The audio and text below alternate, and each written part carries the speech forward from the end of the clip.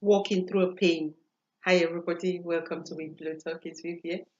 Today, we're going to talk about how do we walk through a pain, right? A friend of mine asked, how do I walk through a pain? So I thought I might as well just do the video.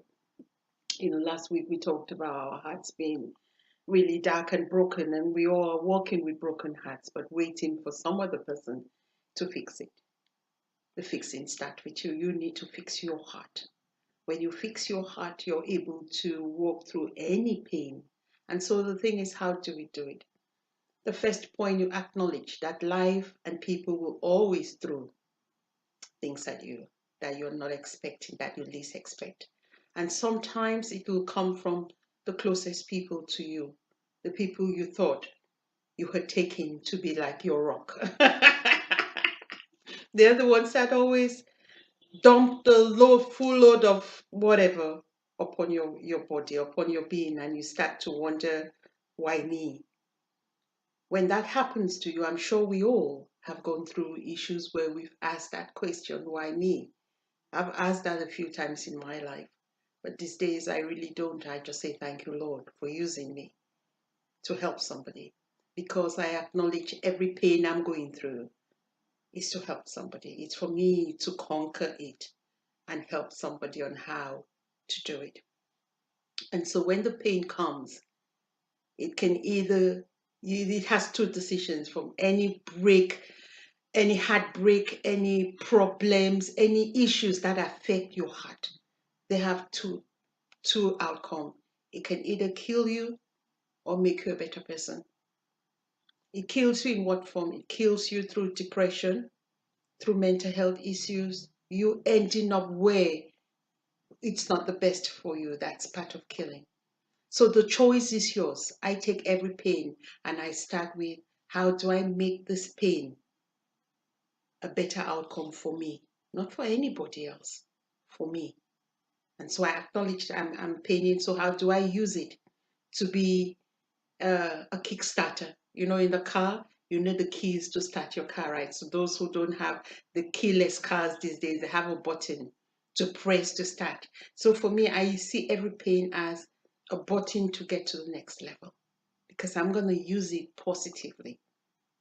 The world we live in is a dark world, and every time your light wants to shine, something is there to bring it down, and you have to overcome it. So you're able to help and teach other people on how to overcome it. I've gone through my fair share, and that's why I'm able and I'm comfortable to share my stories with you without worrying about what somebody might think or how they would look at me. That's their business, how they look at me or what they think, because they also have their fair share. I think most of our biggest issue, even through a pain, is worrying about what somebody else is thinking or what somebody else will say. It doesn't matter. Look at you, and you empower yourself through that pain, and being willing to help somebody else with your testimony will be a starting point for you moving to the next level.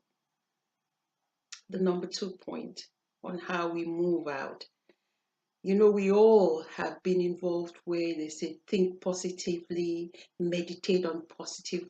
Most of the positive books will tell you meditate and meditate and meditate. Meditation is fantastic. But if no action follows that meditation, you can meditate all you want and nothing will change. Nothing will change. So you need to take action. I don't know what taking an action to you means. For me, you're watching me today, right? It's from a broken place. As I always said, those who followed me from the beginning knew I started the videos from a broken place. I'd lost almost everything I leaned on, and I was pulled into doing a lot of, and in the process, actually people came more asking for help from me. I had to forget about me and help other people. So I don't know what you're going through, and I don't know. So try that, and I can guarantee you it would work for you. Use a positive.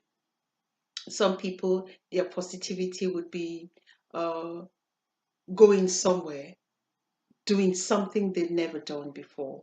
Just let that be a starter, a key to start something new, something exciting for you.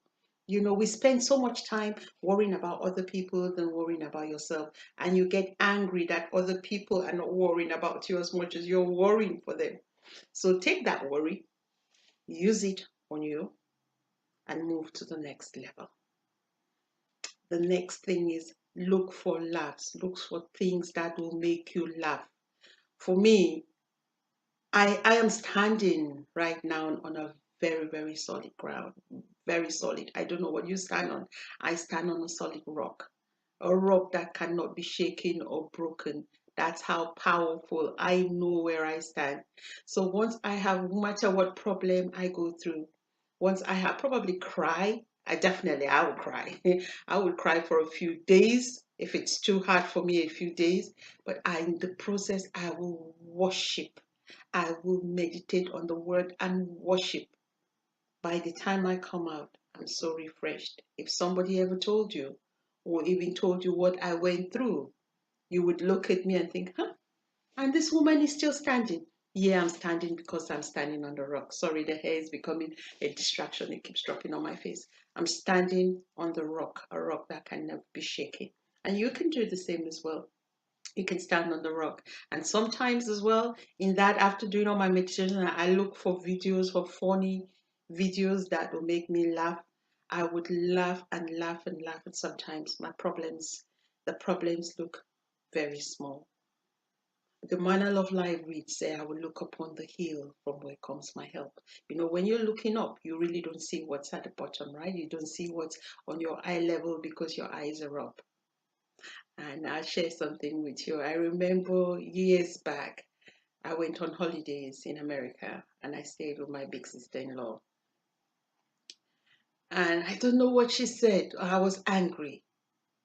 And one of the other sisters that were all with her, loads of us, and he said, "Oh, sis, V is angry." And I heard her make a statement. She said, I can't repeat it in pidgin. She said in pidgin, but it meant if you don't look at somebody's face, you don't know if they're angry. That initially I was angry. I'm not going to lie, I was angry. 2 seconds after that, she called me and she sent me. And I did it. And after a while, she called me now, pulled me at the side. And then she just spoke to me. And I just love her to bits for that love and that openness. And that taught me. She didn't know what that taught me. That taught me a lesson. Never look too much on people's faces. If you do, they'll always bring you down. So I look up. I don't know about you. And the last point I'll leave you with, and it's the most important, stop dwelling on why me. Stop thinking, why me? Why not you? Ask yourself, now and I tell God, oh, thank you for using me. The more you use me, the more I become better, become stronger, become more powerful. Just like I always tell people, get to a point where you become a duck. You know, when you throw water on a duck's back, it only just throws down, it doesn't sink in. Get to that point, and it's a process. It will not happen in a day, but take every positive step and surround yourself with people who are willing to see the best of you, who are willing to pull out the best of you. I think that's our biggest problem, because we don't surround ourselves with people that are there to help you. But more or less, most of the people, or majority of the people around us, are there to find out the gossip about you and pull you down even more. And so people are in a position where they cannot even share. They don't know who they can run to hide for shelter. There are people out there who are pillars. You know, you can tell them anything and guarantee they'll die with it. They'll die with it. There are few handful of ladies, if I'm in dire strait, I call them. I say, baby girl, I need prayers. She will drop everything she's doing and start praying for me. And she'll never tell you. No matter who, she'll die with it. You know, same here.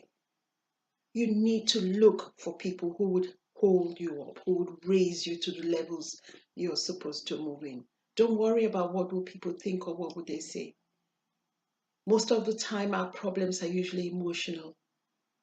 And once that passes by, you wonder, why did I worry about where where are the people when you need them most? It's a question you need to ask yourself. Where are they? They're nowhere to be found, but you're there. Dust yourself up. Don't fall before me. Don't get into depression. Don't get into frustration, but use that. Empower yourself. Surround yourself with better people. Move to the levels that you were created for a purpose and for a reason. Find out. Dig deep for you and I to go to the levels in which we were operated, we were born to do. We need to dig really deep to help ourselves and hand over to the next generation a better way of doing something, a better way of living life. Thank you so much. Love you guys. Bye bye. Watch us next week for another topic.